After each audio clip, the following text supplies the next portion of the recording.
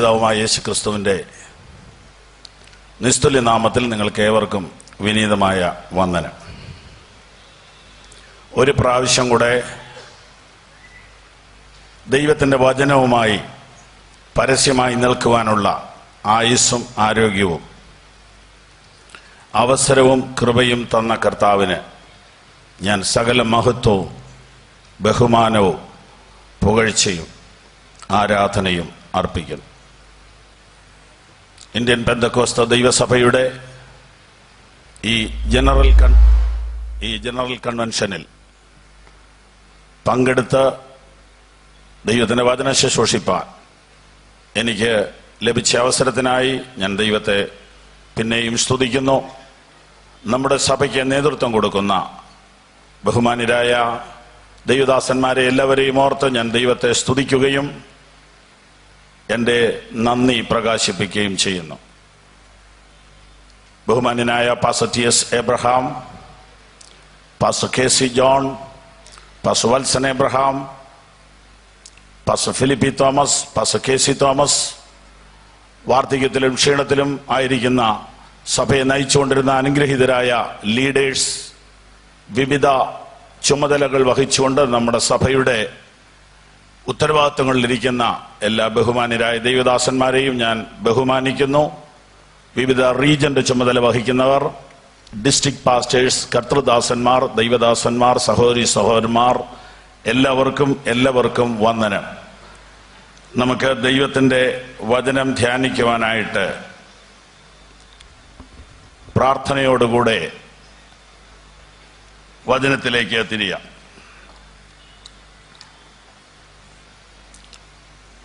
ക്രിസ്തു എല്ലാവരിലും എല്ലാം ആകുന്നു. കൊലോസ്യർ 3:11 ഈ വചനത്തിന്റെ അടിസ്ഥാനത്തിൽ വിവിധ ദൈവദാസന്മാർ അവരവർക്ക് ലഭിച്ച വിഷയ അടിസ്ഥാനത്തിൽ നമ്മോട് സംസാരിച്ചുകൊണ്ടിരിക്കുകയാണ്. നമ്മുടെ പാഠപുസ്തകത്തിൽ അതിൻ്റെ എല്ലാം ഡീറ്റെയിൽസ് കൊടുത്തിട്ടുമുണ്ട്. മിക്കവാറും പേര് അത് നോക്കിയിട്ടുണ്ടാവും. അതിൽ ഇന്ന് രാത്രിയിൽ ഞാൻ പ്രസംഗിക്കേണ്ട വിഷയം ഡേഞ്ചേഴ്സ് ഓഫ് ഫോർഗെറ്റ്ഫുൾനെസ്. മലയാളത്തിൽ പറഞ്ഞാൽ മറക്കുന്നതിൻ്റെ അപകടങ്ങൾ. ആരെ മറക്കുന്നത്? ഒരു സംശയമില്ല, നമ്മുടെ പൊതുവായ വിഷയത്തോട് ബന്ധപ്പെട്ടായിരിക്കും അത് വരിക. കർത്താവിനെ മറക്കുന്നതിൽ ഉള്ള അപകടങ്ങൾ. ദൈവം നടത്തിയ വഴികളെയും ദൈവത്തിൻ്റെ പ്രവൃത്തികളെയും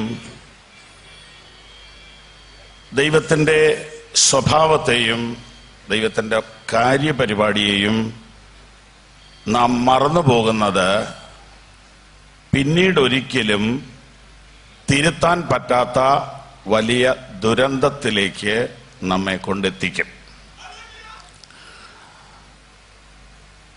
മറക്കുന്നത് മനുഷ്യർ തമ്മിലാകുമ്പോൾ വലിയ കുഴപ്പമൊന്നുമില്ല. നമ്മൾ കൂടെ പറയും മറന്നുപോയി, വാക്കല്ലേ മാറ്റാൻ പറ്റുള്ളൂ. എന്നാൽ ദൈവത്തോടുള്ള ബന്ധത്തിൽ മറവി ചെറിയ കാര്യമായിട്ടല്ല ബൈബിൾ പറയുന്നത്. 50-ാം സങ്കീർത്തനം 22-ാം വാക്യം ഇങ്ങനെയാണ് ആരംഭിക്കുന്നത്, ഇങ്ങനെയാണ് എഴുതിയിരിക്കുന്നത്: ദൈവത്തെ മറക്കുന്നവരെ ഇതോർത്തുകൊള്ളുവീൻ, അല്ലെങ്കിൽ ഞാൻ നിങ്ങളെ കീറിക്കളയും. നമുക്ക് വായിക്കാം 50-ാം സങ്കീർത്തനം 22-ഉം 23-ഉം വാക്യങ്ങൾ. ദൈവത്തെ മറക്കുന്നവരെ ഇത് ഓർത്തുകൊള്ളുവീൻ, അല്ലെങ്കിൽ ഞാൻ നിങ്ങളെ കീറിക്കളയും, വിടുവിപ്പാൻ ആരും ഉണ്ടാകുകയുമില്ല. സ്തോത്രമെന്ന യാഗം അർപ്പിക്കുന്നവൻ എന്നെ മഹത്വപ്പെടുത്തുന്നു, തന്റെ നടപ്പിനെ ക്രമപ്പെടുത്തുന്നവന് ഞാൻ ദൈവത്തിന്റെ രക്ഷയെ കാണിക്കും. പ്രാർത്ഥിക്കാം. സ്വർഗീയ പിതാവേ, ഈ വചനത്തിനായി നന്ദി. ഇന്ന് ഈ വചനത്തിൽ നിന്ന് ഞങ്ങൾക്ക് ആവശ്യമുള്ളത് നൽകിത്തരണമേ, യേശുവിന്റെ നാമത്തിൽ തന്നെ. കൈകൾ ഉയർത്തി ദൈവത്തിന് സ്തോത്രം ചെയ്യാം. നമ്മുടെ ദൈനംദിന ജീവിതത്തിൽ തിരക്ക് വർദ്ധിക്കുമ്പോൾ നമ്മൾ പലതും മറന്നുപോകും. ചിലർ പറയുന്നത് ഞാൻ കേട്ടിട്ടുണ്ട്, ഭക്ഷണം കഴിക്കാൻ മറന്നുപോയി എന്ന്. അതെ, അങ്ങനെ സംഭവിക്കാം. ഉറങ്ങാൻ മറന്നുപോയി, അതും ചിലപ്പോൾ സംഭവിക്കാം. വസ്ത്രം തേക്കാൻ മറന്നുപോയി, ഷൂ പോളിഷ് ചെയ്യാൻ മറന്നുപോയി, പല കാര്യങ്ങൾ മറന്നു, വേണ്ടപ്പെട്ടവരെ ഫോൺ ചെയ്യാൻ മറന്നുപോയി. ഇങ്ങനെ പലതും നമ്മൾ മറക്കും. എന്നാൽ ശ്വാസം വലിക്കാൻ ആരും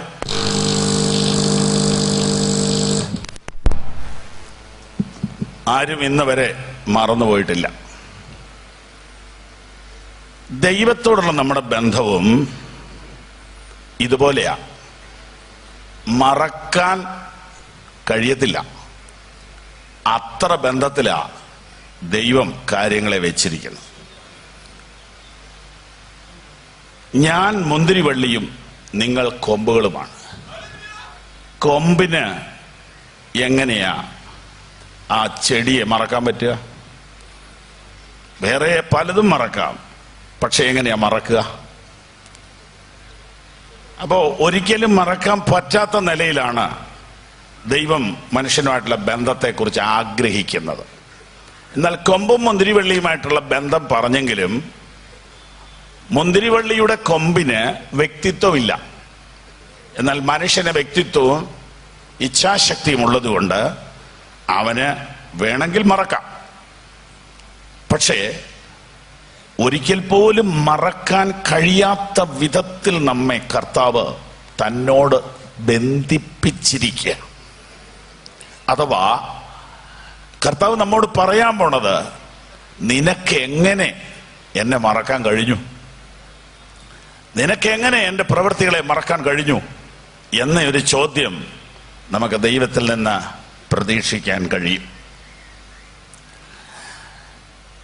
മോശ ഇസ്രായേൽ മക്കളോട് സംസാരിക്കുമ്പോൾ താൻ എഴുതുന്ന ഒടുവിലത്തെ പുസ്തകത്തിൽ പഴയ കാര്യം മുഴുവൻ ഓർപ്പിക്കുന്ന ബുക്കാണ് ആവർത്തന പുസ്തകം. വാസ്തവത്തിൽ അതൊരു റിപ്പീറ്റേഷനാണ്. നടന്ന കാര്യങ്ങളെല്ലാം ഒന്നുകൂടെ അക്കമിട്ട് ഓർപ്പിക്കുക.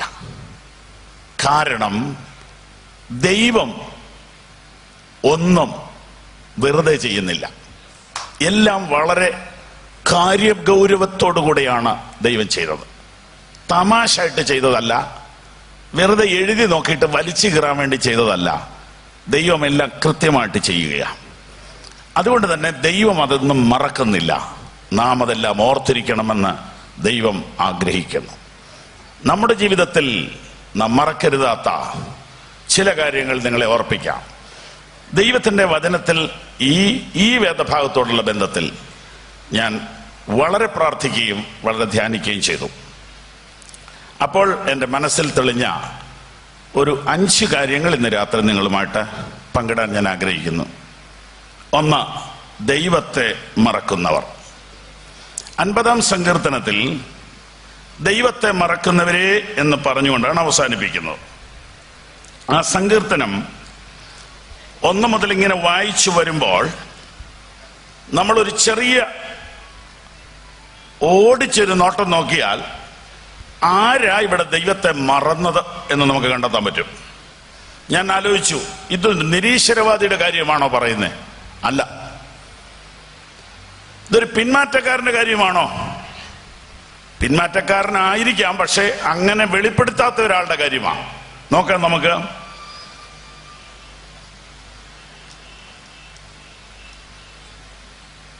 വാക്യം 16 മുതൽ ഞാൻ വായിക്കാം. എന്നാൽ ദുഷ്ടനോട് ദൈവം അരുളി ചെയ്യുന്നു, നീ എൻ്റെ ചട്ടങ്ങളെ അറിയിപ്പാനും എൻ്റെ നിയമത്തെ നിന്റെ വായിലെടുപ്പാനും നിനക്കെന്ത് കാര്യം? ദുഷ്ടനെന്ന് വിളിച്ചെങ്കിലും ചട്ടം അറിയിക്കുന്ന ആളായി പുള്ളി. എൻ്റെ ചട്ടങ്ങളെ അറിയിപ്പാനും എൻ്റെ നിയമത്തെ നിന്റെ വായിലെടുപ്പാനും നിനക്ക് എന്ത് കാര്യം? ചുരുക്കി പറഞ്ഞാൽ ഇയാളൊരു ഉപദേശിയാന്ന് ഞാൻ പറയാൻ ആഗ്രഹിക്കുന്നു. ചട്ടങ്ങളെ അറിയിക്കുന്നവനും നിയമത്തെ വായിലെടുക്കുന്നവനുമാണ്. ഇദ്ദേഹം ഒരു പ്രസംഗിയാണെന്ന് പറയാൻ പറ്റുമെന്ന് എനിക്ക് തോന്നുന്നു. പക്ഷേ ശാസനയെ വെറുത്തു. ഇംഗ്ലീഷിൽ ഡിസിപ്ലിൻ ഇഷ്ടപ്പെടുന്നില്ലെന്ന. ശാസനയെ വെറുത്തു. വചനങ്ങളെ നിന്റെ പുറകിലെറിഞ്ഞു. അപ്പൊ വചനം പ്രസംഗിക്കുന്നുമുണ്ട്, വചനം പുറകിൽ എറിയുന്നുമുണ്ട്. ഇത് രണ്ടും എപ്പോഴാ? വചനം മുമ്പിൽ വരുന്നത് ഞായറാഴ്ച, പുറകിൽ പോകുന്നത് തിങ്കൾ, ചൊവ്വ, ബുധനൊക്കെ. പുസ്തകത്തിൽ എഴുതിയിരിക്കുന്നത്. അതുപോലെ ഞാൻ പറയുക, എന്റെ വചനങ്ങളെ അറിയിക്കാനും എന്റെ ചട്ടങ്ങളെ പ്രസ്താവിക്കാനും നിനക്കെന്ത് കാര്യം? നീ എന്റെ വചനങ്ങളെ നിന്റെ പുറകിൽ എറിഞ്ഞു. നീ ശാസനയെ വെറുത്തു. സെൽഫ് ഡിസിപ്ലിൻ നിനക്ക് ഇഷ്ടമല്ല, മറ്റുള്ളവരെ ഡിസിപ്ലിൻ ചെയ്യുന്നത് നിനക്ക് ഇഷ്ടം.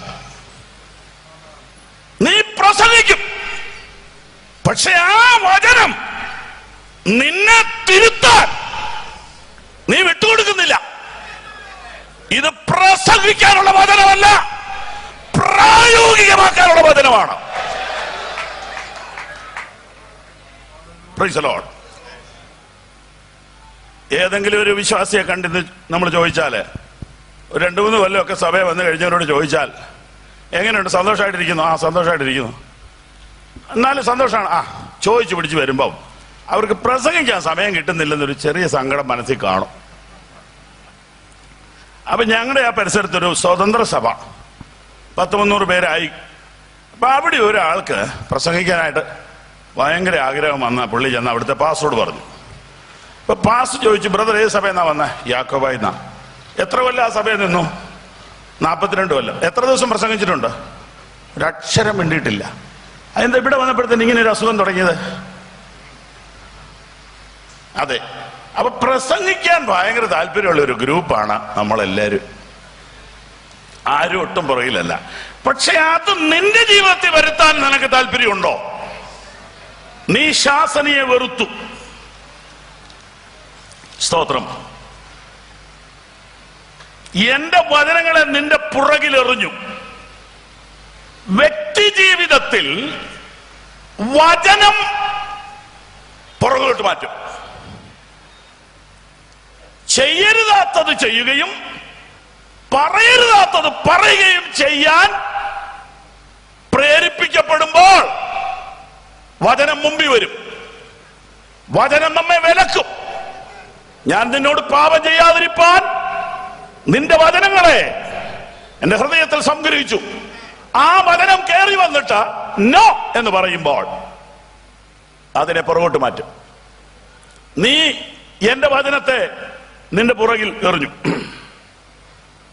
ഇനി സംഗതി മോശമായി വരിക.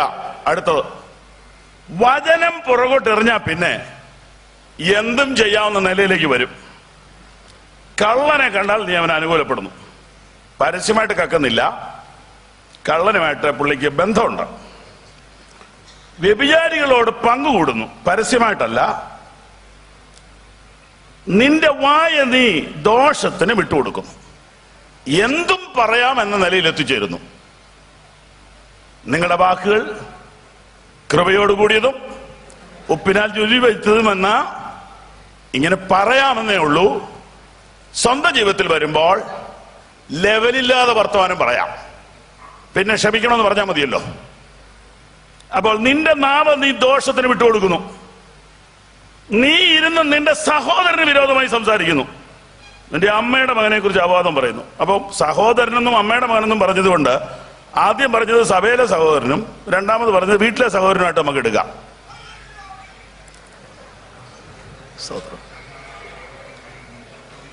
Praise the Lord. ഇങ്ങനെ സംസാരിക്കുകയാണ്. നിന്റെ അമ്മയുടെ മകനെ കുറിച്ച് അപവാദം പറയുന്നു. സ്വന്തം കൂടപ്പിറപ്പിനെ ആണെങ്കിലും അപവാദം പറയാൻ ബുദ്ധിമുട്ടില്ലാത്ത നിലയിലേക്ക് ഈ ആൾ എത്തിച്ചേർന്നു. വചനം പ്രസംഗിക്കുന്നവൻ എന്നാണ് ഇവനെ കുറിച്ച് പറഞ്ഞു തുടങ്ങിയത്. അടുത്തത്, നീ ഇത് ചെയ്തു ഞാൻ മിണ്ടാതിരിക്കിയാൽ ഞാൻ നിന്നെ പോലെയുള്ളവനെന്ന് നീ നിരൂപിച്ചു. അപ്പൊ ഇവൻ വാസ്തവത്തിൽ ദൈവത്തെ മറക്കുകയാണോ ചെയ്തേ? ദൈവത്തെ മറക്കുന്നവരെ എന്ന് വിളിച്ചെങ്കിലും ഇവന് സംഭവിച്ചിരിക്കുന്നത് ഇവൻ ദൈവത്തെ തെറ്റിദ്ധരിക്കുക ചെയ്തത്. ഇവനെ പോലെയാ ദൈവം എന്ന് ധരിച്ചു. നമുക്ക് പറ്റാവുന്ന ഒരു അബദ്ധമാണ്. നമ്മൾ ദൈവത്തെ ശരിക്കും അറിഞ്ഞില്ലല്ലോ. അതുകൊണ്ട് നമ്മളെപ്പോലെ ആയിരിക്കും ദൈവമെന്ന് നാം ധരിച്ചു. അതുകൊണ്ടല്ലേ ലോകത്തിൽ ഈ ദൈവത്തിന് പൈസ കൊടുത്ത് കാര്യം നടത്താമെന്ന് ആളുകൾ ധരിച്ചത് എന്താ? മനുഷ്യന് പൈസ കൊടുത്താൽ കാര്യം നടക്കും. അപ്പൊ അതുകൊണ്ട് തന്നെ ഞാൻ ദൈവത്തിനും പൈസ കൊടുത്താൽ മതി എന്നൊരു ധാരണ മതങ്ങളിൽ വന്നത് മനുഷ്യനെ പോലെ ദൈവത്തെ കാണുന്നു. ആരോ ഇങ്ങനെ പറഞ്ഞു, ദൈവം തന്റെ സാദൃശ്യത്തിൽ മനുഷ്യനെ ഉണ്ടാക്കി, മനുഷ്യൻ തന്റെ സാദൃശ്യത്തിൽ ദൈവത്തെ ഉണ്ടാക്കിയെന്ന്. അതെ, മനുഷ്യൻ അവന്റെ മനോഗതം പോലെ ഒരു ദൈവശാസ്ത്രം രൂപപ്പെടുത്തിയെടുത്തു. ഞാൻ നിന്നെ പോലെയുള്ളവനെന്ന് നീ നിരൂപിച്ചു. എന്നാൽ ഞാൻ നിന്നെ ശാസിച്ച നിന്റെ കണ്ണിന് മുമ്പിൽ അവയെ നിരത്തി വയ്ക്കും. ദൈവത്തെ മറക്കുന്നവരെ ഇതോർത്തുകൊള്ളുവീൻ, അല്ലെങ്കിൽ ഞാൻ നിങ്ങളെ കീറിക്കളയും, വെടിയിപ്പാൻ ആരും ഉണ്ടാകില്ല. നെഗറ്റീവായൊരു വാക്കാണത്. ഇതൊരു പബ്ലിക് മീറ്റിംഗ് ആണ്. ഇവിടെ സുവിശേഷം കേട്ടിട്ടില്ലാത്ത ആളുകളും വരാം, പുതുതായിട്ട് വിശ്വാസത്തിൽ വരുന്നവരുമുണ്ട്. പക്ഷേ ശ്രദ്ധിക്കുക, കൃപയുടെ ഒരു പ്രമാണത്തിലാണ് നമ്മൾ നിൽക്കുന്നത്. എന്നാൽ യേശു കർത്താവ് മടങ്ങി വരിക എന്ന് പറയുന്ന വിഷയത്തെക്കുറിച്ച് ഈ ബൈബിളിൽ പറയുന്നിടത്ത് ഒരിടത്തും കൃപ കാണുന്നില്ല. സുവിശേഷം പ്രസംഗിക്കുന്നിടത്തെല്ലാം കൃപയാ മുഴുവനും. എന്നാൽ യേശു കർത്താവിന്റെ മടങ്ങി വരവിനെ കുറിച്ച് പറയുന്ന ഒരു സ്ഥലത്തും കൃപയല്ല, ഒരു ചെറിയ കനിവ് പോലും കാണുന്നില്ല. ഇത് നമ്മൾ തിരിച്ചറിയേണ്ടതാണ്. അതിനെക്കുറിച്ച് ഞാൻ ഒടുവിൽ വീണ്ടും പറയാം. 10 കന്യകമാരുടെ ഉപമ എടുത്താലോ, മത്തായി 7 ആളുകൾ ഉണ്ടല്ലോ, ഞാൻ കർത്താവേ കർത്താവേ എന്ന് പറയുന്നവൻ ഏവനുമല്ല എന്ന് പറഞ്ഞ ആ ഭാഗത്തെ ആളുകളെ എടുത്താലോ, 2 പേർ ഒരു കിടക്കമേലായിരിക്കും, ആ ഭാഗം എടുത്ത് പഠിച്ചാലോ, ഒരു ചെറിയ അഡ്ജസ്റ്റ്മെന്റ് പോലും കർത്താവിന്റെ ഭാഗത്ത് നിന്നുണ്ടാകുന്നില്ല. അപ്പൊ സെക്കൻഡ് കമ്മിങ്ങിനെ കുറിച്ച് പഠിക്കുമ്പോൾ വിട്ടുവീഴ്ചയില്ലാത്ത ഒരു ദൈവത്തെയാ കാണുന്നത്, കൃപയില്ലാത്ത ഒരു കർത്താവിനെയാ കാണുന്നത്. തനിക്കായി കാത്തു നിൽക്കുന്നവർക്ക് വേണ്ടിയാണ് അവൻ വരുന്നത്. ആകയാൽ ഇളകാത്ത രാജ്യം പ്രാപിക്കുന്നത് കൊണ്ട് നിങ്ങൾ ഭയത്തോടും വിറയലോടും കൂടെ ദൈവത്തെ സേവിക്കണം. അപ്പൊ ഇളകാത്ത രാജ്യം പ്രാപിക്കണമെങ്കിൽ ഭയത്തോടുകൂടെ വിറയലോടുകൂടെ നിങ്ങളെ തന്നെ ഡിസിപ്ലിൻ ചെയ്തണം എന്നല്ലേ അവിടെ പറഞ്ഞിരിക്കുന്നത്. എല്ലാവരോടും സമാധാനം ആചരിച്ച് ശുദ്ധീകരണം പ്രാപിപ്പാൻ ഉത്സാഹിക്കുക. ശുദ്ധീകരണം കൂടാതെ ആരും കർത്താവിനെ കാണത്തില്ല. ആ വാക്യമൊക്കെ ഒരു വിട്ടുവീഴ്ചയില്ലാത്ത വാക്യമാണ്. നമ്മള് സഭാ ജീവിതത്തിൽ, ശുശ്രൂഷ ജീവിതത്തിൽ ഒക്കെ നമ്മൾ വിട്ടുവീഴ്ച അനുഭവിച്ചിട്ടുള്ളവരും വിട്ടുവീഴ്ച ചെയ്തിട്ടുള്ളവരുമാണ്. പക്ഷെ കർത്താവിന്റെ വരവിനോടുള്ള ബന്ധത്തിൽ ഒരു കൊച്ചു വാക്യം പോലും ഒരു വിട്ടുവീഴ്ച, ഒരു എക്സ്ക്യൂസ് തരുന്നതായിട്ട് കാണുന്നില്ല. ശുദ്ധീകരണം കൂടാതെ ആരും കർത്താവിനെ കാണുകയില്ലെന്ന് പറഞ്ഞാൽ എത്ര ഭയത്തോടെ നാം ആ വാക്യം ഇന്ന് രാത്രി കാണേണ്ടതാണ്, എത്ര ഗൗരവത്തോടെ നാം ഇതിനെ എടുക്കേണ്ടതാണ്.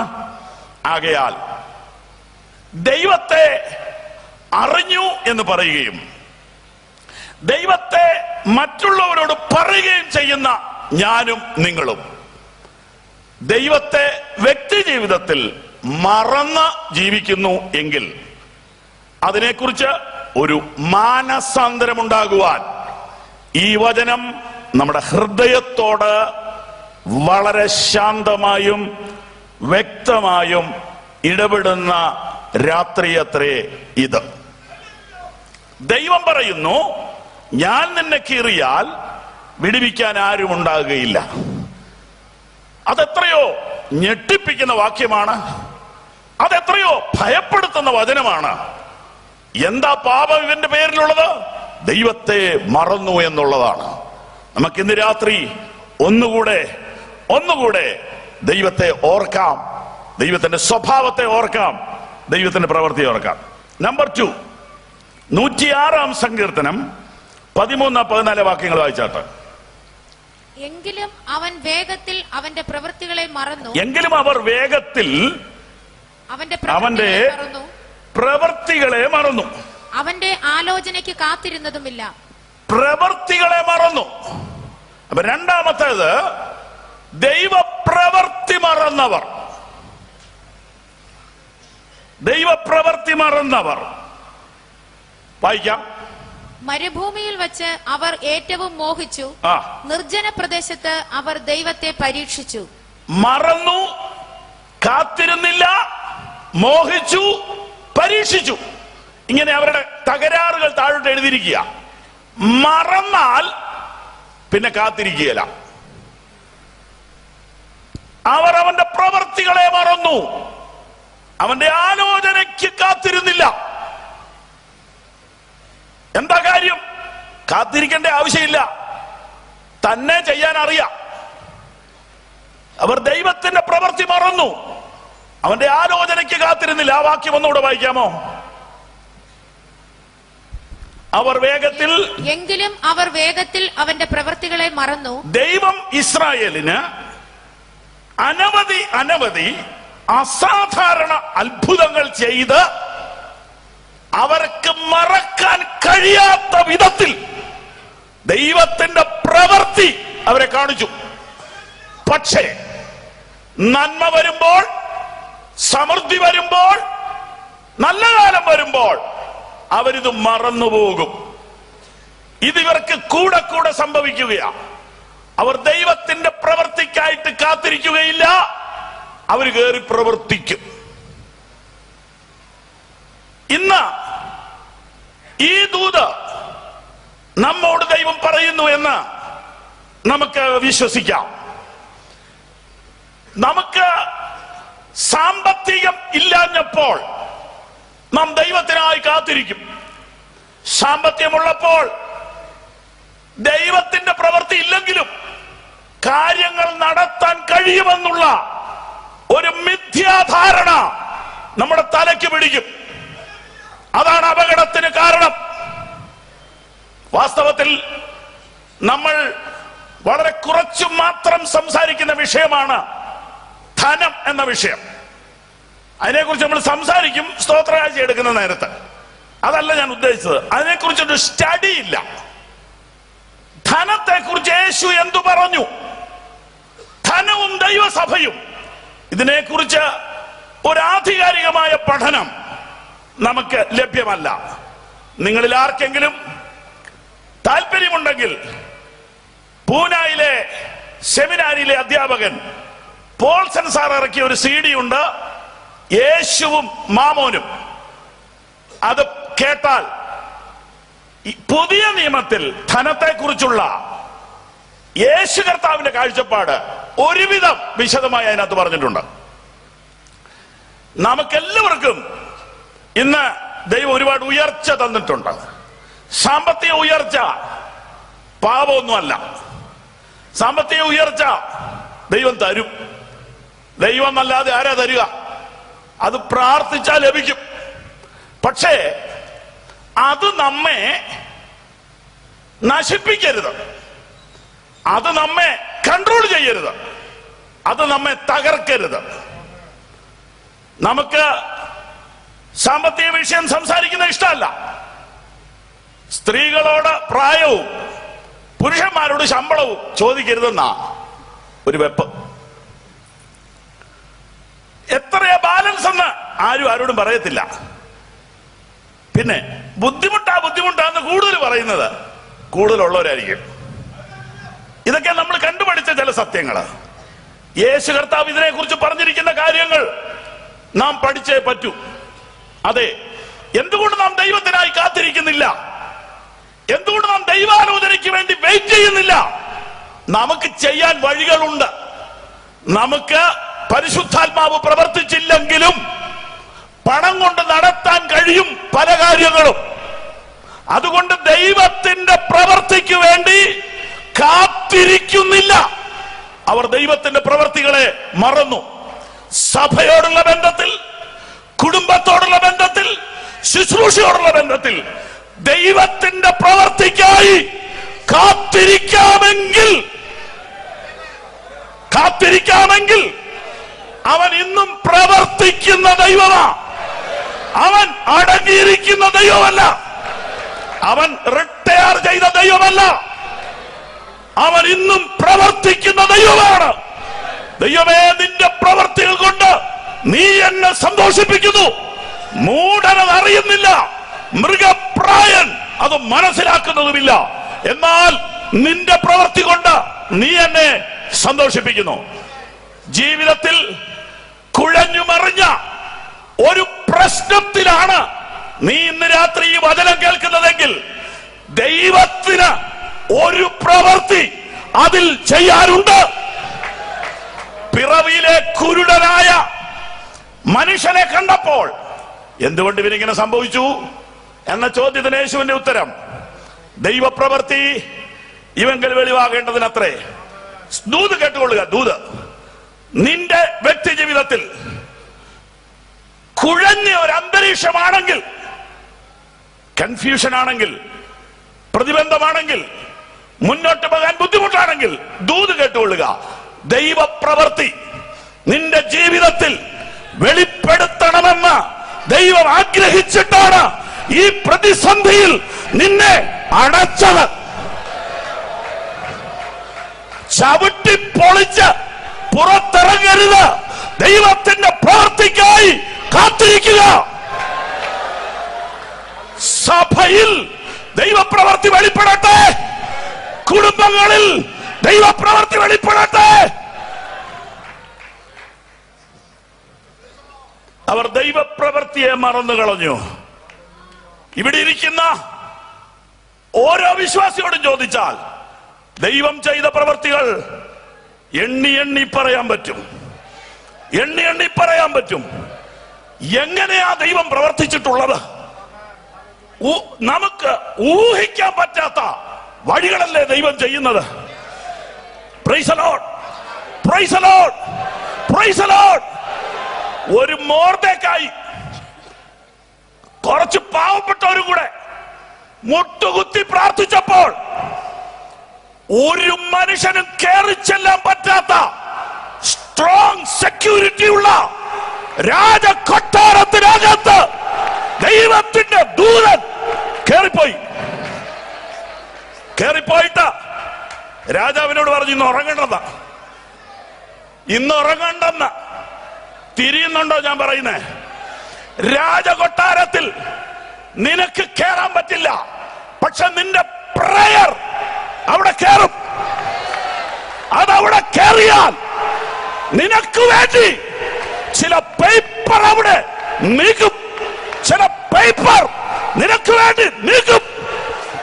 അങ്ങനെ നീക്കിയാൽ ഹല്ലേലൂയ, കോടികൾ മുടക്കിയാൽ പരിഹരിക്കാൻ മേലാത്ത വിഷയം ആ പേപ്പർ പുറത്തു വന്നാൽ നടക്കും. ദൂത് ഏറ്റെടുത്ത് വിശ്വസിച്ചോ. കൈകൾ ഉയർത്തി ദൈവത്തിന് സ്തോത്രം ചെയ്യേ. ദൈവപ്രവർത്തിക്കായി എന്താ കാത്തിരിക്കാത്തെ?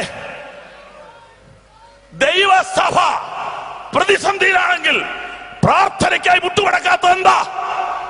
ദൈവസഭയ്ക്ക് കൈകാര്യം ചെയ്യാൻ മേലാത്ത ഒരു പ്രശ്നമുണ്ടോ? ഉണ്ടോ?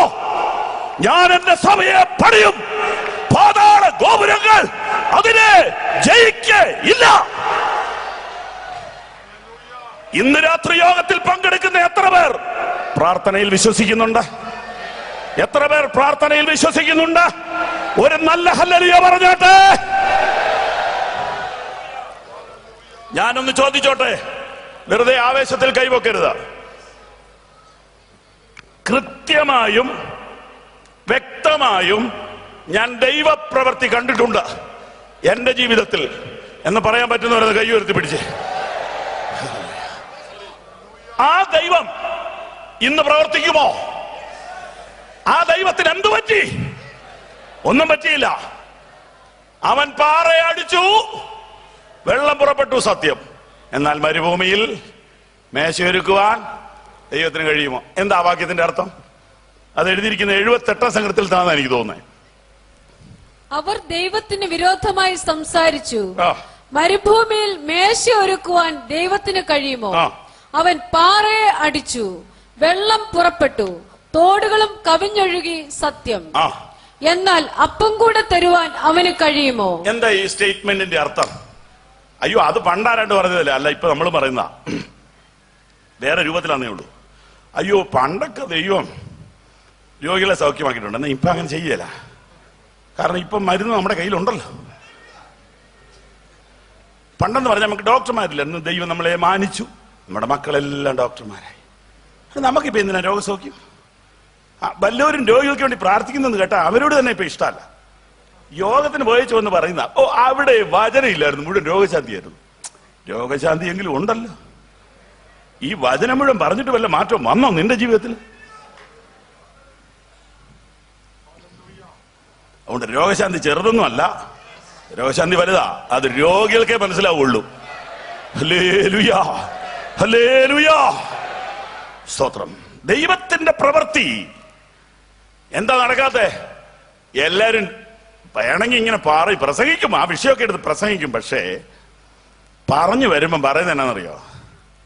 ഓ ഇപ്പൊ അങ്ങനെയൊന്നും നടക്കില്ല എന്ന് പറഞ്ഞാൽ അതിനൊരു വിശദീകരണം ചോദിച്ചാൽ ദൈവത്തിന് വയസ്സായോ, റിട്ടയർ ആയോ, അതോ കാലം കഴിഞ്ഞു പോയോ? അങ്ങനെയൊന്നും അല്ല അതിന്റെ കാര്യം. നമുക്ക് ദൈവപ്രവൃത്തിക്ക് വേണ്ടി കാത്തിരിക്കാൻ മനസ്സില്ല. പക്ഷെ ദൈവപ്രവൃത്തിക്ക് ഒരു പ്രശ്നമുണ്ട്. ദൈവപ്രവൃത്തി നമ്മുടെ സമയത്തല്ല വെളിപ്പെടുന്നത്, ദൈവപ്രവൃത്തി ദൈവത്തിന്റെ സമയത്താണ് വെളിപ്പെടുന്നത്. പക്ഷെ ഇന്ന് രാത്രി ദൈവം ഒരു ചോദ്യം ചോദിക്കുക, ഞാൻ പ്രവർത്തിക്കും, ആർ തടുക്കും? ഹല്ലേലൂയ. അവർ ദൈവപ്രവൃത്തിയെ മറന്നു. ഇന്ന് രാത്രിയിൽ കുമ്പനാട് കൺവെൻഷനിൽ ആർത്തിയോടെ പങ്കെടുക്കുന്ന വിശ്വാസി, നിന്നോടുള്ള ദൈവത്തിന്റെ ആലോചന കേട്ടുകൊള്ളുക. നീ വിശ്വസിക്കുന്ന ദൈവം പ്രവർത്തിക്കുന്ന ദൈവമാണ്. അവൻ ഇന്ന് രാത്രിയിലും പ്രവർത്തിക്കുന്ന ദൈവമാണ്. അവനൊരു പാവപ്പെട്ടവന് വേണ്ടി പ്രവർത്തിക്കും, അവനൊരു പാവപ്പെട്ടവൾക്ക് വേണ്ടി പ്രവർത്തിക്കും. ഒരു കൊച്ചു കുടിലിനകത്തിരുന്ന് നീ പ്രാർത്ഥിക്കുന്ന പ്രാർത്ഥനയ്ക്ക് മറുപടിയുമായി ദൈവ പ്രവർത്തി പ്രതീക്ഷിച്ചോ? 2013 അവർ ദൈവ പ്രവർത്തിയെ മറന്നു. മൂന്നാമത്തെ കാര്യം, ദൈവ സ്നേഹം മറന്നവർ. വാചനം വായിപ്പിക്കുന്നില്ല. 2 പത്രോസ് 1:9 മുൻകഴിഞ്ഞ പാപങ്ങളുടെ മോചനം മറന്നവർ. ഹ്രസ്വദൃഷ്ടി ഉള്ളവൻ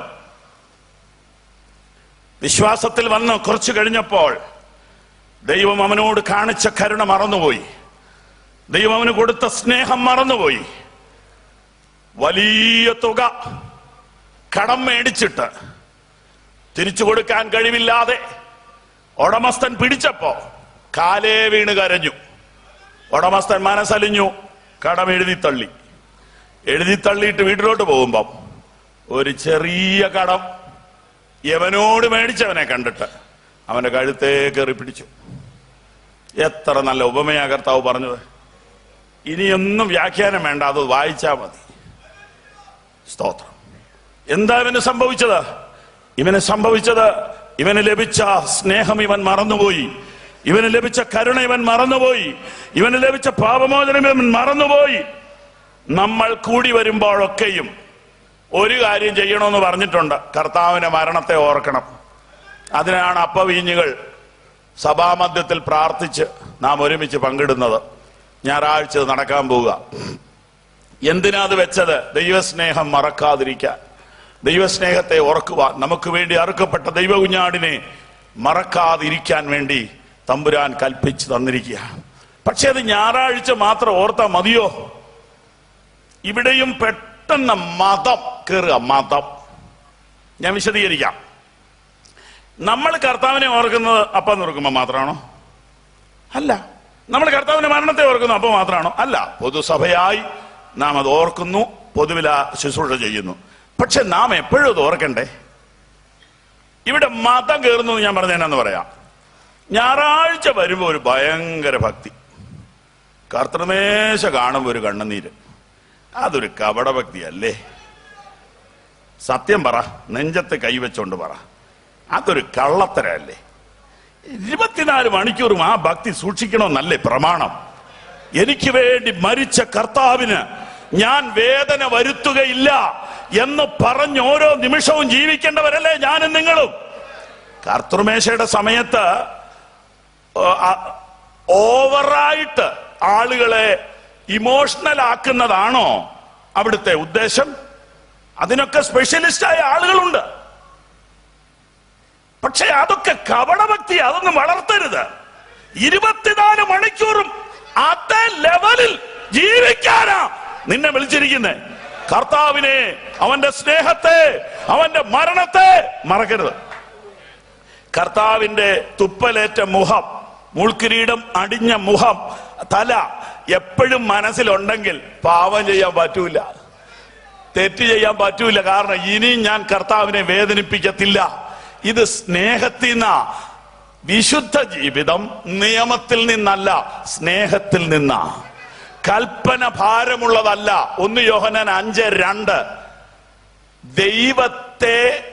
ദൈവത്തിന്റെ കൽപ്പന പ്രമാണിക്കുന്നതല്ലോ ദൈവത്തോടുള്ള സ്നേഹം. അവന്റെ കൽപ്പന ഭാരമുള്ളതല്ല. ഒന്നുകൂടെ ഞാൻ പറയാം. ദൈവവചനം പ്രമാണിക്കുന്നതല്ലോ ദൈവത്തോടുള്ള സ്നേഹം. അവന്റെ കൽപ്പന ഭാരമുള്ളതല്ല. ഇത് രണ്ടും കൂടെ ചേർത്ത് വായിച്ചാൽ ദൈവകൽപ്പന ഭാരമുള്ളതല്ല ദൈവത്തെ സ്നേഹിക്കുന്നവർക്ക്. അല്ലാത്തവർക്ക് ഇത് ഭയങ്കര ഭാരമാണ്. അതെ അതെ, പുതിയ നിയമം അനുസരിക്കാൻ ഭയങ്കര ബുദ്ധിമുട്ടാ. ഈ ഭൂമിയിൽ നടക്കുന്ന സകല കാര്യത്തിന് എതിരായി ഈ പുസ്തകം. ഞാൻ ഒരൊറ്റ വാക്യം ഈ വർഷത്തെ PYP ക്യാമ്പിലെ ചിന്താവിഷയത്തോടുള്ള ബന്ധത്തിൽ ഒരു വാക്യം ഈ വർഷം ഒന്ന് പഠിക്കാൻ ശ്രമിച്ചു. സൗമ്യതയുള്ളവർ ഭാഗ്യവാന്മാർ, അവർ ഭൂമിയെ അവകാശമാക്കും. ഒരു ചെറുപ്പക്കാരൻ എന്നോട് ചോദിക്കുക, എന്റെ പൊന്ന് പാസ്സായ KSRTC ബസ്സിൽ ഒരു സീറ്റ് പോലും കിട്ടുകയില്ല സൗമ്യതയുള്ളവർക്ക്. സൗമ്യതയുള്ളവർക്ക് ട്രാൻസ്പോർട്ട് ബസ്സിൽ ഒരു സീറ്റ് പോലും കിട്ടുകയില്ല. മുമ്പ് ഇരിക്കുന്നവരെ തട്ടിമറിച്ചിട്ട് കയറിയാലേ സീറ്റ് കിട്ടുള്ളൂ. അന്നേരമാണോ ഭൂമിയെ കൈവശമാക്കാന്ന് പറയുന്നത്? സൗമ്യതയുള്ളവർക്ക് ഒന്നും കിട്ടുകയില്ല, ഒന്നും കിട്ടുകയില്ല. വല്ല മൂലയിലും ഇരിക്കാം. പിന്നെ എന്തെങ്കിലുമൊക്കെ കിട്ടുന്ന ആർക്കാ? എങ്ങനെയെങ്കിലും മുമ്പിൽ എത്തിക്കോണം. അത് എതിലെയാ വന്നെന്നൊന്നും വിഷയമല്ല. എതിലെവിടെ മേൽക്കറിക്കും, ജനലിൽ കൂടെ കയറുവോ, മോളിൽ കൂടെ കയറി കയറെ കെട്ടിച്ച എതിലെ ആയാൽ എന്നാ ഫ്രണ്ടിൽ വന്നാ പോരെ.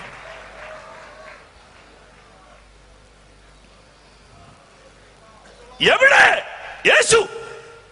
എവിടെ ഗിരിപ്രഭാഷണം? അതിന് ഗിരിപ്രഭാഷണം എവിടെ പ്രസംഗിക്കുന്നു? സങ്കീർത്തനം വായിച്ച് അതിൽ നിന്നൊരു പ്രബോധനം പറഞ്ഞു കഴിയുമ്പോൾ സന്ധ്യയായി ഉഷസുമായി ഒരു ഞായറാഴ്ച തീർന്നു. ദാവീദ് ഗുഹയിൽ നിന്ന് ഇറങ്ങി വരുമ്പോഴത്തേനും സഭായോഗം കഴിയും. ദാവീദ് പുത്രനെ കാണാൻ നേരെയില്ല. പിണങ്ങരുത്. സങ്കീർത്തനം വായിക്കണ്ടെന്നൊന്നും പറഞ്ഞില്ല, പറയുകയില്ല. പക്ഷെ ജീവിതം മുഴുവൻ അതിൽ കിടന്ന് കറങ്ങരുത്.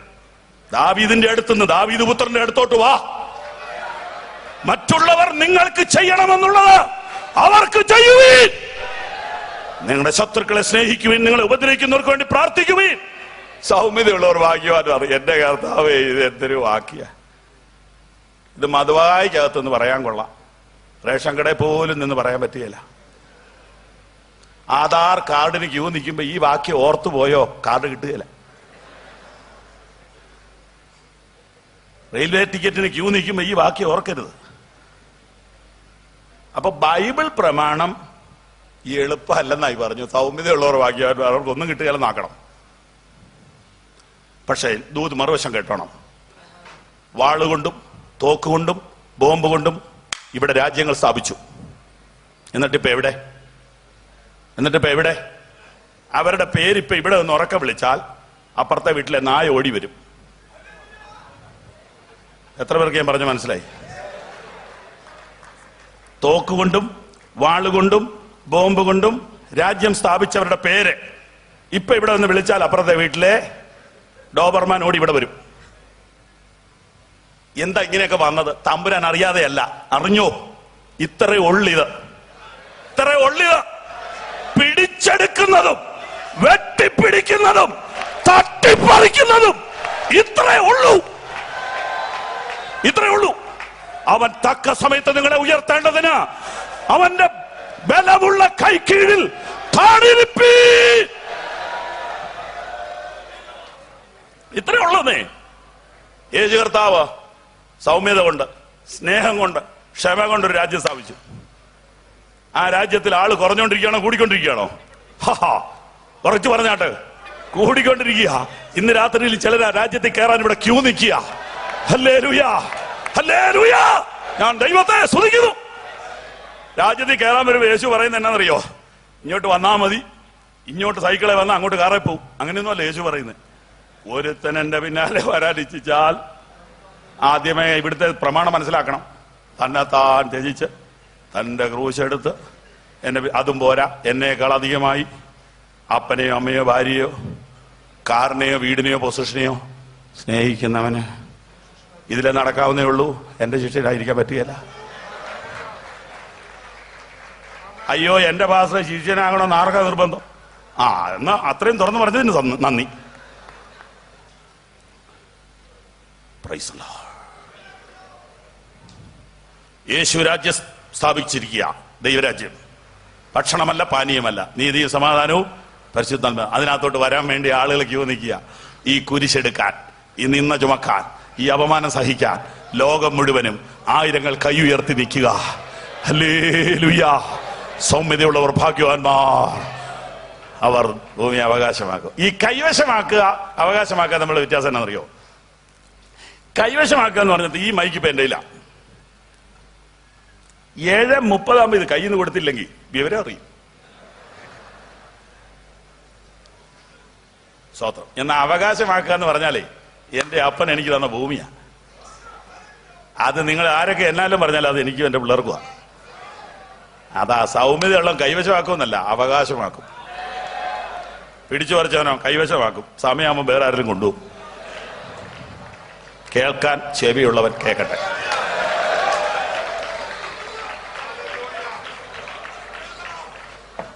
ജീസസ്. എനിക്ക് 2 കൂടെ പറയാനുണ്ട്, ഞാൻ വേഗം പോവുക. 4-ാമത്തെ കാര്യം, ദൗത്യം മറന്നവർ. പെട്ടെന്ന് വായിച്ചു. 1 കൊരിന്ത്യർ 9:16. ഞാൻ സുവിശേഷം അറിയിക്കുന്നുവെങ്കിൽ എനിക്ക് പ്രശംസിപ്പാൻ ഒന്നുമില്ല, നിർബന്ധം എന്റെ മേൽ കിടക്കുന്നു. ഞാൻ സുവിശേഷം അറിയിക്കുന്നില്ല എങ്കിൽ എനിക്ക് അയ്യോ കഷ്ടം. ഒന്നുകൂടെ വായിച്ചോട്ടെ പ്ലീസ്. ഞാൻ സുവിശേഷം അറിയിക്കുന്നുവെങ്കിൽ എനിക്ക് പ്രശംസിപ്പാൻ ഒന്നുമില്ല, നിർബന്ധം എന്റെ മേൽ കിടക്കുന്നു. ഞാൻ സുവിശേഷം അറിയിക്കുന്നില്ല എങ്കിൽ എനിക്ക് അയ്യോ കഷ്ടം. 4-ാമത്തെ കാര്യം, ദൗത്യം മറന്നവർ. സുവിശേഷം അറിഞ്ഞവർ സുവിശേഷം അറിയിക്കുന്നില്ലെങ്കിൽ സുവിശേഷം അറിയാത്തവർ എങ്ങനെ രക്ഷിക്കപ്പെടും? വേണമെങ്കിൽ എഴുതി വെച്ചോ പാഠപുസ്തകത്തിന്റെ സൈഡിൽ. സുവിശേഷം അറിഞ്ഞവർ സുവിശേഷം അറിയിക്കുന്നില്ലെങ്കിൽ സുവിശേഷം അറിയാത്തവർ എങ്ങനെ രക്ഷിക്കപ്പെടും? ഓക്കെ, നമ്മൾ സുവിശേഷം അറിയിക്കുന്നത് എവിടെയാ?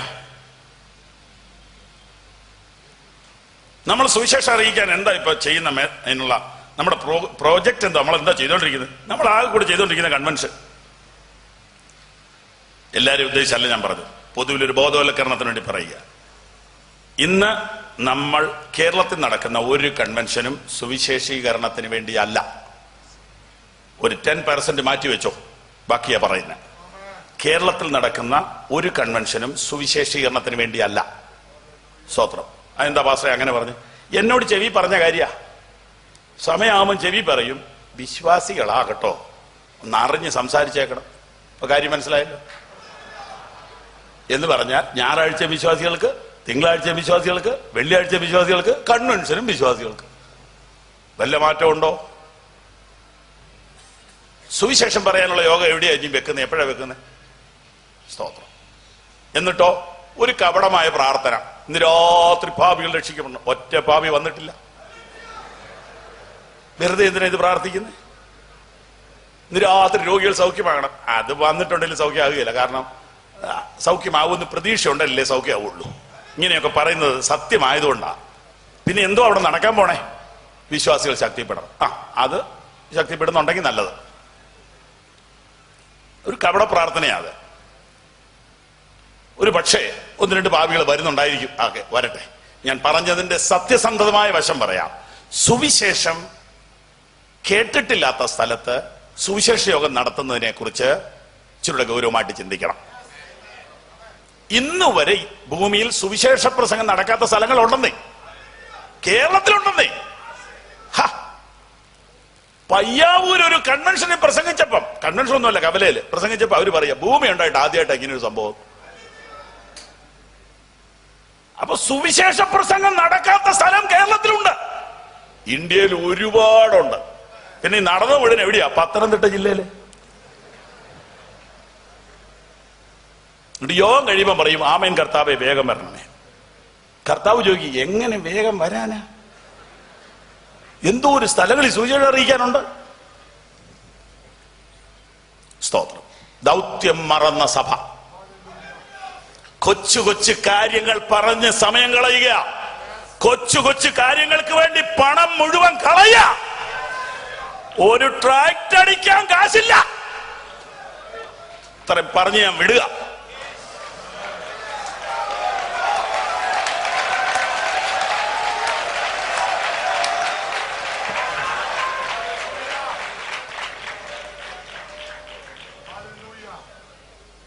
സുവിശേഷം അറിയിക്കുന്നതിലേക്ക് എത്ര ഫണ്ട് മാറ്റിവെച്ചു. സ്തോത്രം, സ്തോത്രം. ഞങ്ങൾ പിറവം എന്ന ഒരു കൊച്ചു ഗ്രാമത്തിൽ പ്രവർത്തിക്കുന്നു. അവിടെ മർത്തോമാക്കാരില്ല, ഇവാഞ്ചലിക്കക്കാരില്ല. പിന്നെ ഉള്ളത് കത്തോലിക്ക, യാക്കോബായ, ഹൈന്ദവ സഹോദരങ്ങളാണ്. അപ്പൊ തന്നെ അറിയാം സുവിശേഷ വെളിച്ചം എത്രയുണ്ടെന്ന്. കഴിഞ്ഞ കാലങ്ങളിൽ അധ്വാനിച്ച ദൈവദാസന്മാരും ഇപ്പോൾ അധ്വാനിക്കുന്നവരുടെയും പരിശ്രമ ഫലമായി ദൈവകൃപയാൽ കുറച്ചു പേരൊക്കെ മുമ്പോട്ട് വരുന്നുണ്ട്. അവിടെയുള്ള കൊച്ചു സഭ ഈ കഴിഞ്ഞ 2 കൊല്ലമായിട്ട് നോർത്ത് ഇന്ത്യയിൽ പോയി സുവിശേഷയോഗം നടത്താൻ സമർപ്പിച്ചു. 10 കൺവെൻഷൻ ഈ കൊല്ലം നടത്തി. 2012 10 കഴിഞ്ഞു. അടുത്ത 10ന്റെ ഫണ്ട് റെഡിയായി കഴിഞ്ഞു. അവിടുത്തെ മിഷണറി ഇന്ന് പകൽ ഇവിടെ സംസാരിച്ചു. സ്തോത്രം. അപ്പൊ ഇതൊക്കെ നടക്കുന്ന കാര്യങ്ങളാ. നമ്മുടെ കുഞ്ഞുങ്ങള് ഗുണം വരണമെങ്കിൽ അവരുടെ ഉള്ളിൽ മിഷൻ കൊടുക്കണം. ഞാൻ തുറന്നു പറയുക, ഇല്ലെങ്കിൽ നാം ഗുരുതരമായ പാപമാ ചെയ്തുകൊണ്ടിരിക്കുന്നത്. നമ്മുടെ കുഞ്ഞുങ്ങളിൽ നാം കൊടുക്കേണ്ടത് മിഷനാണ്. നമ്മുടെ കുഞ്ഞുങ്ങളുടെ ഉള്ളിൽ നാം കൊടുക്കേണ്ടത് ഇലക്ഷൻ അല്ല, മിഷനാണ്. കുഞ്ഞുങ്ങളുടെ കാര്യമാണ് ഞാൻ പറഞ്ഞത്. സഭ വലുതായി കഴിയുമ്പോൾ അതിന് ഭരണ സംവിധാനം വേണം. അത് ഉത്തരവാദിത്വമുള്ളവർ, പ്രായമുള്ളവർ, സീനിയേഴ്സ് ആലോചിച്ച് ചെയ്യട്ടെ. കുഞ്ഞുങ്ങളുടെ മനസ്സിലോട്ട് അത് കൊടുക്കരുത്. ഈ കുഞ്ഞുങ്ങളുടെ മനസ്സിൽ മിഷൻ കൊടുക്കുക, മിഷൻ കൊടുക്കുക. കുഞ്ഞുങ്ങളുടെ മനസ്സിൽ സുവിശേഷം എത്താത്ത സ്ഥലങ്ങളെ കുറിച്ചുള്ള ദർശനം കൊടുക്കുക. അവൻ പോകട്ടെ. ഈ ആദ്യ നൂറ്റാണ്ടിലെ അനുഭവം പോൽ അതിശയം ലോകത്തിൽ നടന്നിടുവാൻ പാട്ടുപാടിയ അതിശയം നടക്കുകയില്ല. ആദ്യ നൂറ്റാണ്ടിലെ അനുഭവം നടക്കണമെങ്കിൽ മിഷൻ വീടിലോട്ട് പോകണം. അപ്പം നടക്കും. അവിടെ വെള്ളം വീഞ്ഞാകും, അവിടെ എരുമ സൗഖ്യമാകും, അവിടെ പ്രാർത്ഥിച്ച വണ്ടി ഓടും, എല്ലാം നടക്കുമെന്നേ. ഇവിടെ നടക്കേണ്ട കാര്യമില്ല, നടക്കുകയുമില്ല. സുവിശേഷം എത്താത്ത സ്ഥലത്ത് പ്രവർത്തിക്കുന്നവർക്കറിയാം അത്ഭുതങ്ങളുടെ ഘോഷയാത്രയാ അവർ കണ്ടുകൊണ്ടിരിക്കുന്നത്. അപ്പോസ്തല പ്രവർത്തികളിൽ വായിക്കുന്നത് പോലെ എന്നും അത്ഭുതമാണ്. ദൗത്യം മറന്ന സഭ. കുഞ്ഞുങ്ങളുടെ മനസ്സിലെങ്കിലും ഒരു വലിയ ദർശനം കൊടുക്കണം. ഏതെങ്കിലും ഒരു സ്റ്റേറ്റിൽ ഒന്ന് പോകാൻ നമ്മുടെ കുട്ടികളെ ഉത്സാഹിപ്പിക്കുക. 100 മൈൽ യാത്ര ചെയ്താലും ഒരു സഭ കാണാനില്ലാത്ത സ്റ്റേറ്റുകളിലേക്ക് ഈ പിള്ളേരെയൊക്കെ ഒന്ന് പറഞ്ഞു വിട്. ജീസസ്. 5ാമത്തെ കാര്യം, കർത്താവിന്റെ വരവ് മറന്ന സഭ. പെട്ടെന്ന് വായിച്ചേക്കണേ. വെളിപ്പാട് 3:2-3. ഉണർന്നുകൊള്ളുക, ചാവാറായ ശേഷിപ്പുകളെ ശക്തീകരിക്ക. ഞാൻ നിന്റെ പ്രവൃത്തി എന്റെ ദൈവത്തിന്റെ സന്നിധിയിൽ പൂർണ്ണതയുള്ളതായി കണ്ടില്ല. ആകയാൽ നീ പ്രാപിക്കുകയും കേൾക്കുകയും ചെയ്തത് എങ്ങനെയെന്നോർത്ത് അത് കാത്തുകൊള്ളുകയും മാനസാന്തരപ്പെടുകയും ചെയ്യുക. നീ ഉണരാതിരുന്നാൽ ഞാൻ കള്ളനെ പോലെ വരും. നീ ഉണരുന്നവരെ ഞാൻ നിൽക്കും. ഏത് നാഴികയ്ക്ക് നിന്റെ മേൽ വരും എന്ന് നീ അറിയുകയും ഇല്ല. ഒന്നുകൂടി ആ വാക്യം വായിക്കണേ. നീ ഉണരാതിരുന്നാൽ ഞാൻ കള്ളനെ പോലെ വരും. മനസ്സിലായോ? ഏത് നാഴികയ്ക്ക് നിന്റെ മേൽ വരുമെന്ന് നീ അറിയുകയുമില്ല. നീ ഉണരാതിരുന്നാൽ, നീ ഉണരുന്നവരെ ഞാൻ നിൽക്കുമെന്നല്ല. നീ ഉണരാതിരുന്നാൽ നീ അവിടെ കിടക്കും, ഞാൻ വരും. കർത്താവിന്റെ വരവ് മറന്ന സഭ. 2013 ജാനുവരി 1-ാം തീയതി ഞാനൊരു സ്ഥലത്ത് സുവിശേഷം പ്രസംഗിക്കാൻ പോയി. അവിടെ 86 89 വയസ്സുള്ള ഒരു പാസ്റ്റർ യോഗം കഴിഞ്ഞ് എന്നോട് പറഞ്ഞു, നിങ്ങൾ ചെറുപ്പക്കാരല്ലേ, എൻ്റെ ഒരു നിർദ്ദേശമുണ്ട്, സ്വീകരിക്കുകയോ തള്ളിക്കളയോ ചെയ്യാം. ഞാൻ പറഞ്ഞു വച്ചാ, എല്ലാ യോഗത്തിലും ഒരു 5 മിനിറ്റ് എങ്കിലും കർത്താവിന്റെ വരവിനെ കുറിച്ച് പറയണേ. ഞാൻ ചോദിച്ചു, അപ്പച്ചൻ എന്നെ അത്ര വിഷമം വന്നേ? ആരും ഇപ്പൊ ഇത് മിണ്ടുന്നില്ല. ഇവിടെ സാമ്രാജ്യം പണിയാനുള്ള പ്രസംഗം ആ മുഴുവനും കർത്താവിന്റെ വരവിനെ കുറിച്ച് ഒന്ന് പറയണേ എന്ന് ആ വൃദ്ധൻ 2013 ജാനുവരി 1-ന് പറഞ്ഞത് എന്റെ മനസ്സിനകത്ത് ഇങ്ങനെ കത്തുകയാ. പത്രോസ് മരിക്കാറായപ്പോ എഴുതിയ ലേഖനമാ 2 പത്രോസ്. എന്റെ കൂടാരം പൊളിയാറായി, അത്യാവശ്യമായിട്ടൊരു കാര്യം പറയാൻ പോവുക, കർത്താവ് വരാറായി. ചിലർ താമസമെന്ന് വിചാരിക്കുന്ന പോലെ കർത്താവ് നമ്മുടെ തന്റെ വാഗ്ദത്തം നിവർത്തിപ്പാൻ താമസിക്കുന്നില്ല. ആരും നശിച്ചു പോകരുതെന്ന് വിചാരിച്ചിട്ടാ. അതുകൊണ്ട് നിങ്ങൾ എത്ര വിശുദ്ധ ജീവനവും ഭക്തിയുള്ളവരാകണം. എത്ര വിശുദ്ധ ജീവനവും ഭക്തിയുള്ളവരാകണം. എത്ര വിശുദ്ധ ജീവനവും ഭക്തിയുള്ളവരാകണം. എത്ര വിശുദ്ധ ജീവനവും ഭക്തിയുള്ളവരാകണം. എത്ര വിശുദ്ധ ജീവനവും ഭക്തിയുമുള്ളവരാകണം. എത്ര വിശുദ്ധ ജീവനവും ഭക്തിയുമുള്ളവരാകണം. കർത്താവിന്റെ വരവിനെ കുറിച്ച് ലോകത്തിൽ ഏറ്റവും കൂടുതൽ പ്രസംഗിക്കപ്പെട്ട സ്റ്റേജാണ് ഇതെന്ന് പറഞ്ഞാൽ അതിശയോക്തിയാവുമെന്ന് എനിക്ക് തോന്നുന്നില്ല. നമ്മുടെ ആദിമകാല അപ്പോസ്തോലന്മാരെല്ലാവരും തന്നെ സെക്കൻഡ് കമ്മിങ്ങിനെ കുറിച്ചാണ് പ്രസംഗിച്ചത്. അത് മഴ, ഇടിവെട്ടി മഴ പെയ്യുന്നത് പോലെ ഒഴുകുകയായിരുന്നു ആത്മപ്രവാഹമായ യോഗത്തിൽ. ആളുകളൊക്കെ ലോകം മറന്ന് ഭൗതികത വിട്ട് എടുത്തു ചാടാൻ കാരണം കർത്താവ് വരാറായി എന്ന ചിന്തയാ. ഇപ്പൊ കുറച്ചു കാലമായിട്ട് വേറെ കുറെ സബ്ജക്റ്റ് കയറി പന്തലുകൾ കൈയടക്കി. പ്രിയപ്പെട്ടവരെ, കർത്താവ് വരും. അവന്റെ പേര് വരുവാനുള്ളവൻ എന്ന. ഇനി എത്രയും അല്പകാലം കഴിഞ്ഞിട്ട് വരുവാനുള്ളവൻ വരും.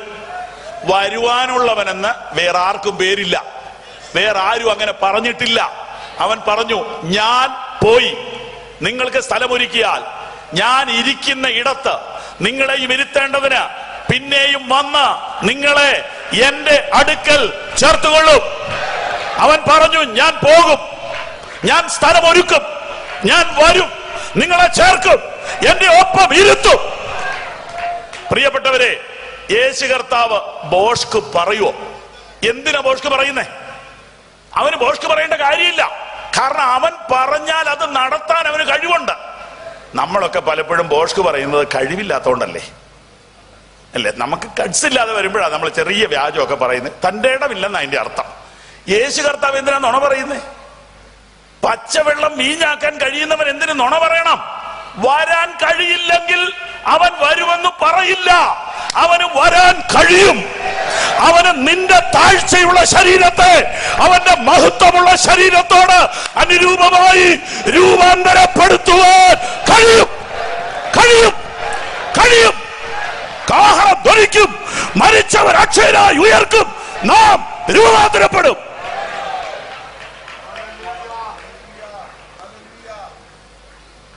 കർത്താവ് മടങ്ങി വരും. വരുവാനുള്ളവൻ വരും, പോകാനുള്ളവർ പോവും. കണ്ണുകളടയ്ക്കാൻ പ്രാർത്ഥിക്കാം. പ്രിയ കർത്താവേ, ഞങ്ങളുടെ ജീവിതത്തിൽ കുറച്ചുകൂടെ കർത്താവിനെ അറിയുവാൻ, കർത്താവിനെ ഓർക്കുവാൻ, കുറച്ചുകൂടെ കർത്താവിന്റെ പ്രവൃത്തികളെ അറിയുവാൻ, അതിനായി കാത്തിരിക്കുവാൻ, കുറച്ചുകൂടെ കർത്താവിന്റെ സ്നേഹത്തെ അറിയുവാൻ, കുറച്ചുകൂടെ സുവിശേഷത്തിന്റെ സാക്ഷികളാകുവാൻ, കുറച്ചുകൂടെ കർത്താവിന്റെ വരവിന് വേണ്ടി ഒരുങ്ങുവാൻ ഞങ്ങൾക്ക് എല്ലാവർക്കും കൃപ ചെയ്യണമേ. യേശുവിന്റെ നാമത്തിൽ തന്നെ കൈകൾ ഉയർത്തി, ശബ്ദം ഉയർത്തി ഹല്ലേലൂയ പറഞ്ഞാട്ടെ.